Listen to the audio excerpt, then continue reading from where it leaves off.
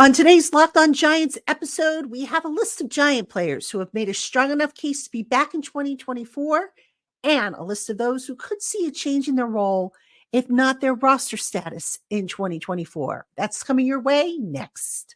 You are Locked On Giants, your daily New York Giants podcast, part of the Locked On Podcast Network, your team every day.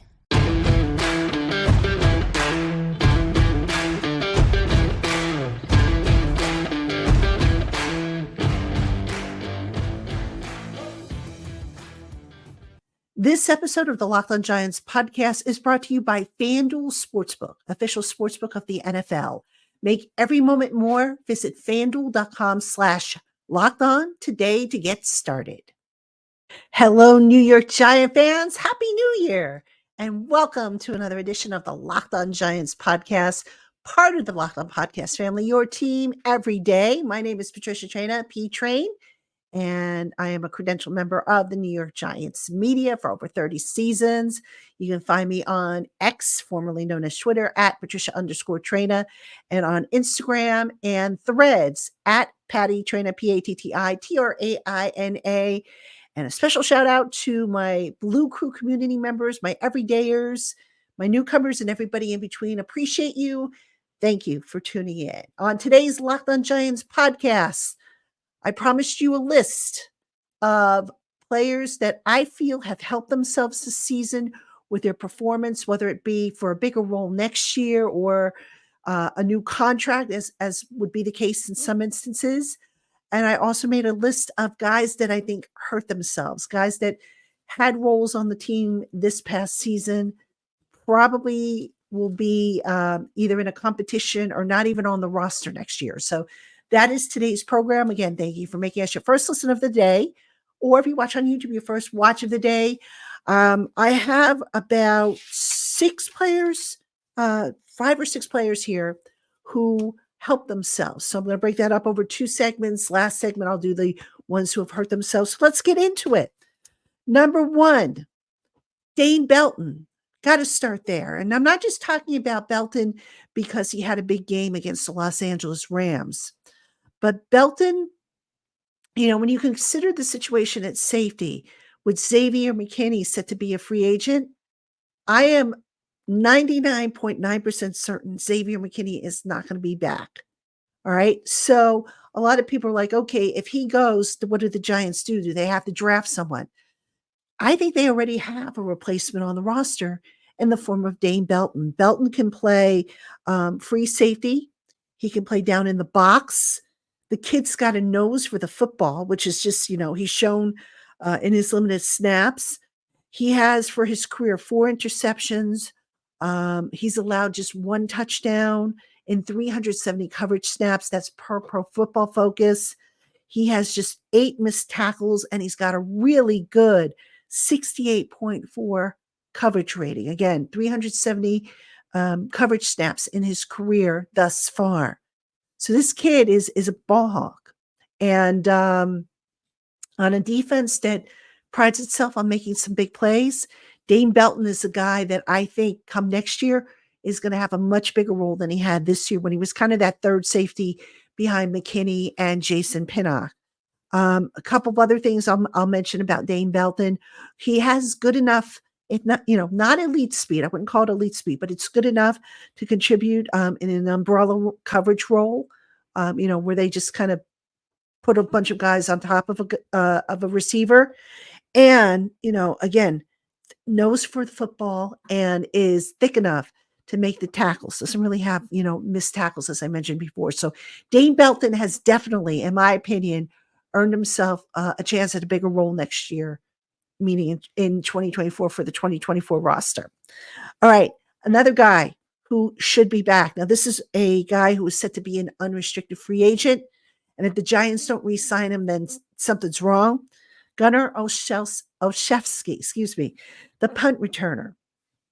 All right, the Giants punt return unit, I don't have to tell you that, prior to Olszewski coming on board, it wasn't very good. The last punt returner that the Giants had who averaged more than 10 yards per return was Jabril Peppers in 2020, right? Oshevsky is averaging 12.2 yards per punt return. He has the one return for the touchdown that came against the Los Angeles Rams. He's shifty, good ball security. You know, as far as I'm concerned, the Giants solved their problem at punt returner because having a good punt return unit can help flip the field in your favor. And, until the offense gets self-sufficient, that's going to be important for the Giants, I think, moving forward. And as I mentioned before, Oshevsky, who's going to be an unrestricted free agent, that's going to be very important to get him back to secure that position for a couple of years or so. So Oshevsky definitely helped himself. Let's see. I've got 3 more. I'll give you one more now before the break. Darius Slayton. Now, Slayton's an interesting case study. He's under contract for next year. But I have seen so many people, colleagues, fans, say that the Giants should dump him after this year. And I really don't understand why.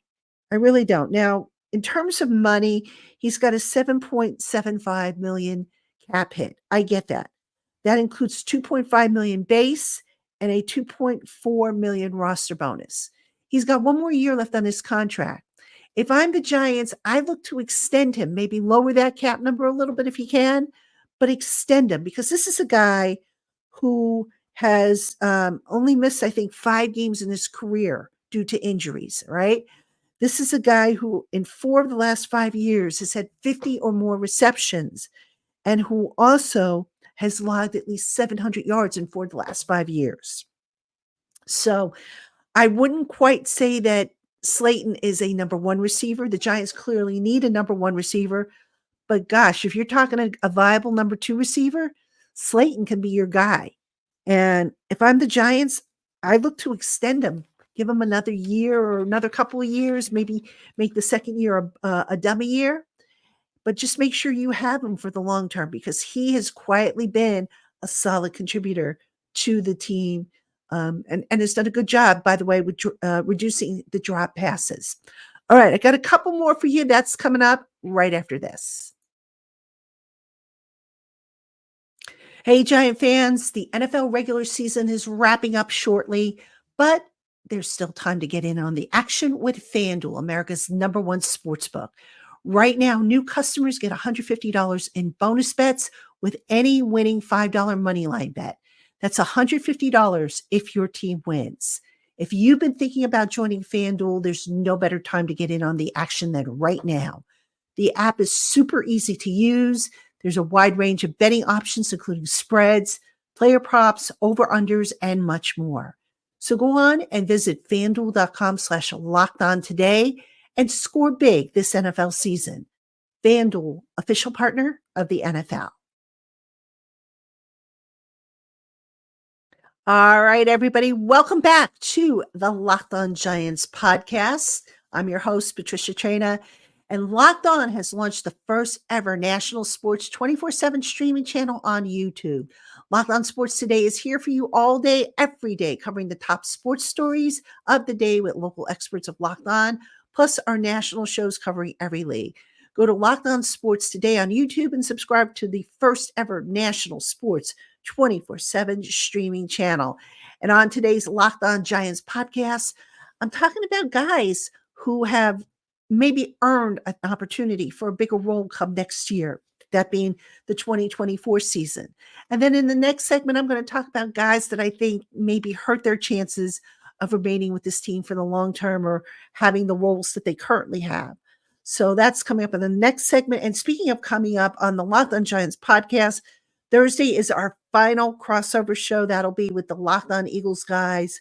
I'm not sure if it's going to be Gino Camilleri or Louis DiBiase, but I'll have one of them obviously on the show as we get you ready for the regular season finale. It's been a long 2023 season, but we will get you ready for that game. 4:30 on Sunday, MetLife Stadium. We'll see if the Giants can hang in there with the Eagles. You know, the Eagles obviously trying to win the NFC East, but I think they need Dallas to stub their toe against the Washington Commanders. So that should be an interesting conclusion to the 2023 season. Not for the Giants, but we're going ahead here now for the Giants. We are looking at guys who maybe have bigger roles next year versus guys who maybe are going to have their roles cut back. So let's give you a couple more who I think are going to have bigger roles come next year. This next guy is going to be an unrestricted free agent. To me, he's right up there with the must resigns. All right. I'm talking about inside linebacker Isaiah Simmons. All right. Simmons, what has he done since coming here? Now, initially, when he came here, the plan was, okay, we're going to blitz him. But they have actually found, I think, a better role for Isaiah Simmons. He has been the spy, against those mobile quarterbacks. We've seen him do that role. He has been a pseudo linebacker safety, taking advantage of his safety coverage skills. And, the idea of having him in there as a pseudo linebacker to help against the run. All right. So he has done pretty good with that. Some numbers for you. He has a career best 77.2 coverage rating right now for the Giants. Has not given up a touchdown in coverage. Not too bad. He has 7 pressures and a half a sack from 2022. Excuse me, 2023. Like I said, he plays that pseudo linebacker safety. He contributes on special teams. He has 5 special teams tackles total, 4 solos, a forced fumble, and a fumble recovery. So Simmons, to me, has been a very underrated acquisition, probably the best acquisition, of the trades that Joe Shane made between, him and Boogie Basham. Simmons, I think, has made more of a splash, if you will, for the Giants defense. And I think it would behoove them to bring him back next year. What kind of deal, I couldn't tell you. I'd have to sit down and kind of work that out. But, when we talk about free agents that the Giants need to prioritize, I think Simmons needs to be up there amongst, the top guys. Saquon Barkley's a top guy.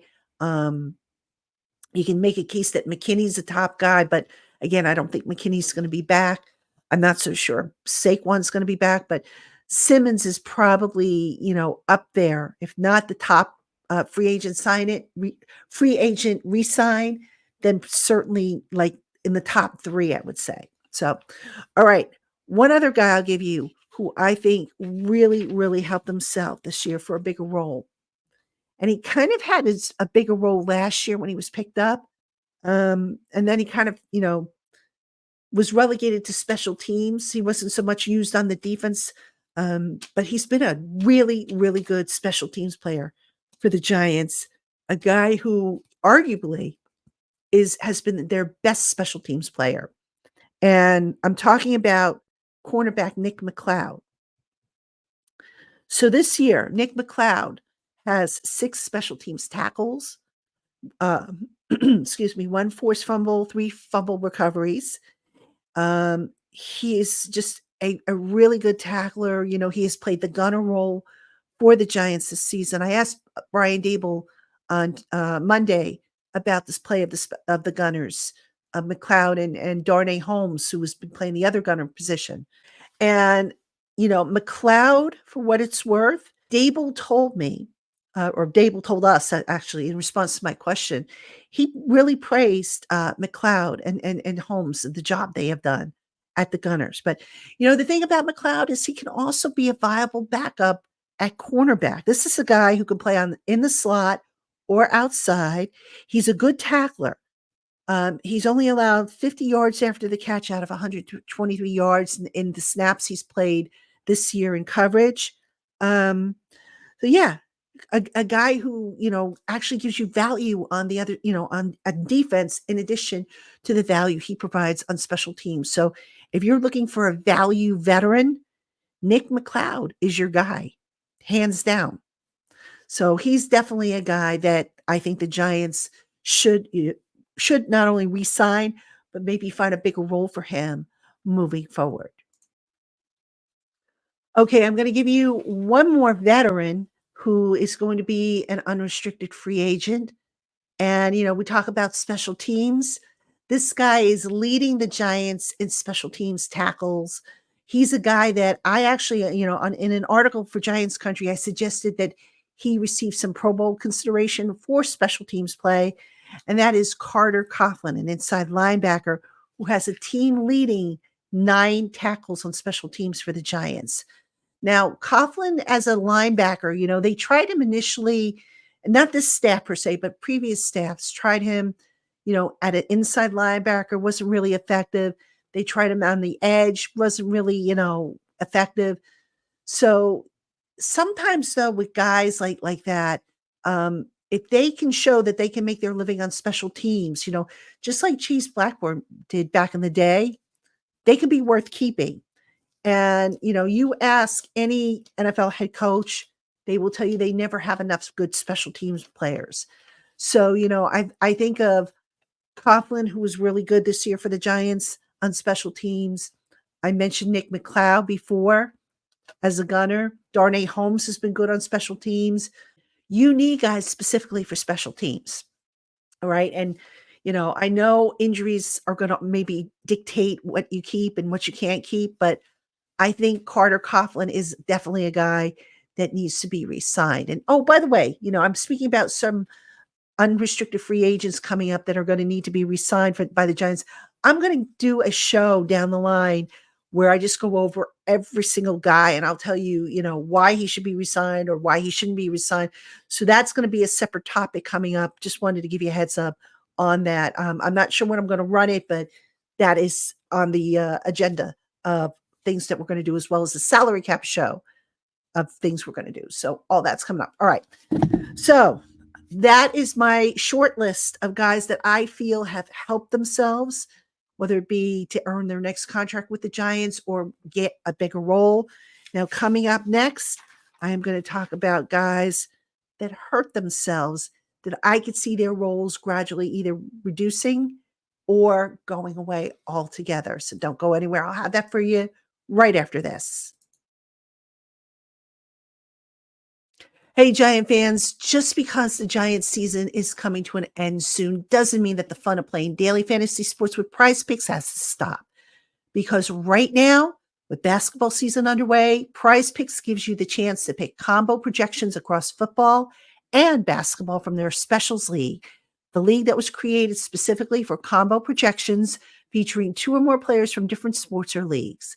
And did you know that you can also play along with friends and family by checking out the community tab? Prize Picks is so easy to play. Just pick 2 or more players, predict their stats, and sit back and see how they perform. It takes less than 60 seconds to make an entry, and when you play with Prize Picks, you'll enjoy quick withdrawals, easy gameplay, and a wide selection of players and stat types.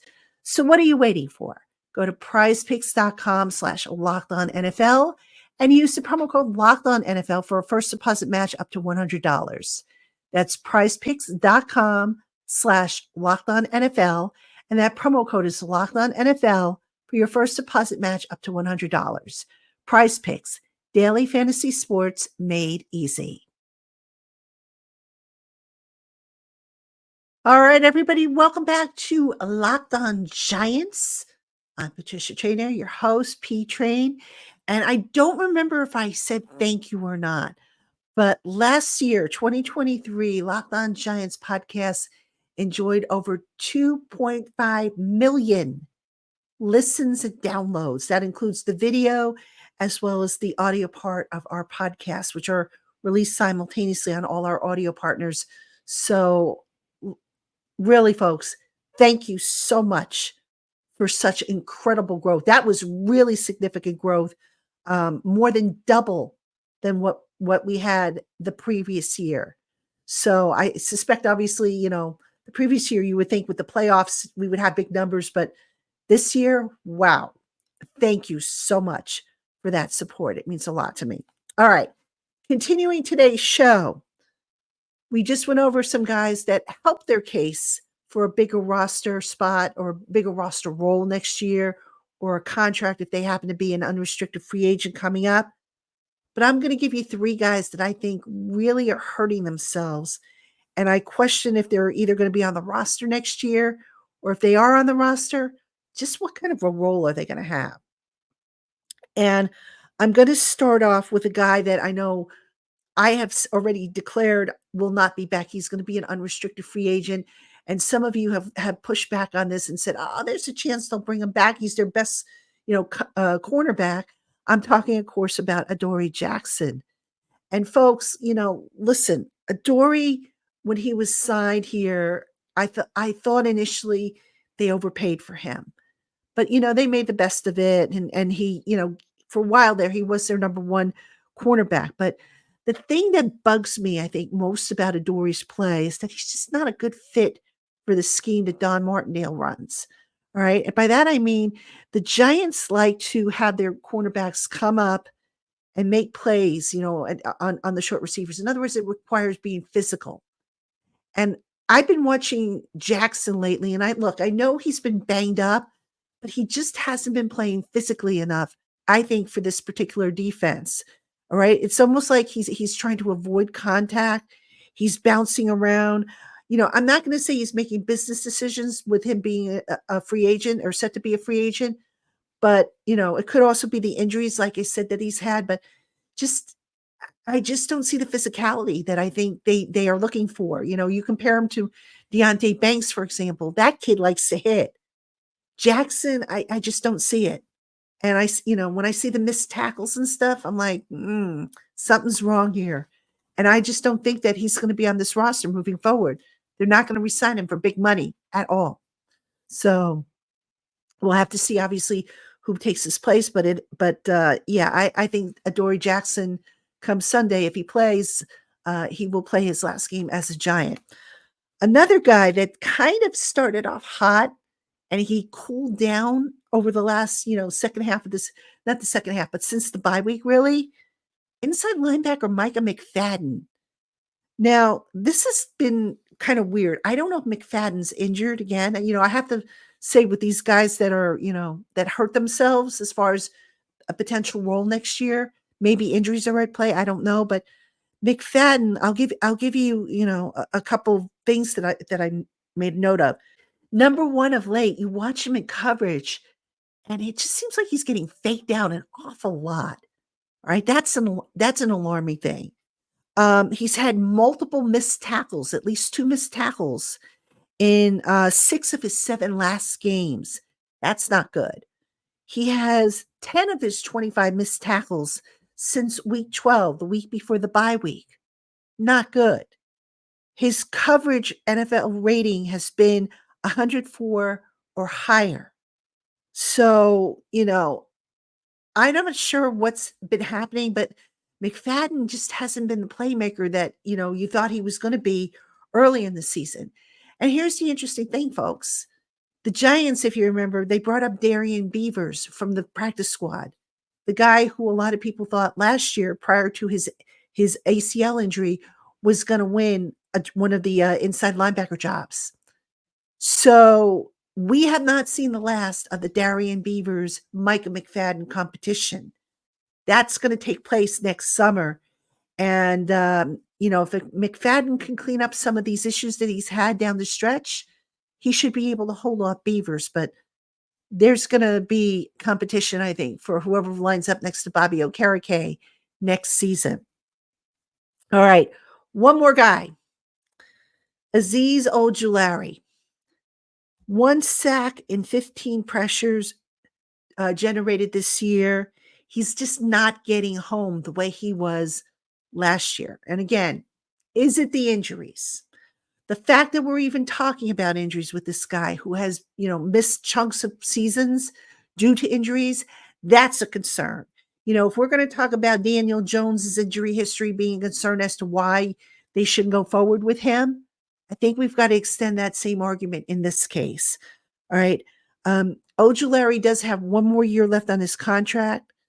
But look, I've been screaming about this for I don't know how long. I'm going to say it again here. The Giants need to get themselves another edge rusher. They have Kayvon Thibodeau, who is going to be a good one. He is turning into a good one. Just needs to clean up some of his, hiccups that he has against the run.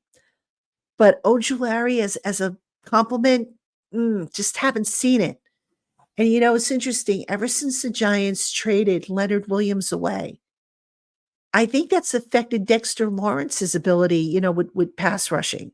I just the way teams are playing Dexter differently now. So look, you get another bona fide pass rusher. I've said this so many times, folks. The 2007 Giants had 3. The 2011 Giants had 3. All right. Maybe you can even argue 4. So, you can't just have one guy because the opponent is going to hone in on that one guy and basically take him out of the equation. Give opponents, the old pick your poison scenario with multiple guys. And that's just not something the Giants have done. And, again, maybe they tried to do it last year. I don't know. But this year, that has got to be a priority because, in my opinion, Azeez Ojulari just not getting it done. The injuries are just, I don't know if they're robbing him of his speed or what, but this is a concern with him. And after, 3 years, you kind of know whether a guy is going to, be good for the long term or you're going to have to consider moving on from him and going in a different direction. And I think with Ojulari, unfortunately, the Giants are going to find themselves in the latter camp. So again, we'll see. As Brian Dable says, those conversations won't start taking place for another week yet. And of course, we in the media won't know what those conversations are going to be like until we actually see some of the moves the Giants make or don't make. But keep it here on the Locked On Giants podcast because we, of course, will cover everything that pops up with the Giants, especially once we get to free agency and the draft and all that good stuff. So that's going to do it for today's show. Again, thank you for making us your first listen of the day, or if you watch on YouTube, your first watch of the day. Be sure to keep it here all week long for more from Locked On Giants. I'm Patricia Traina. Have a great day.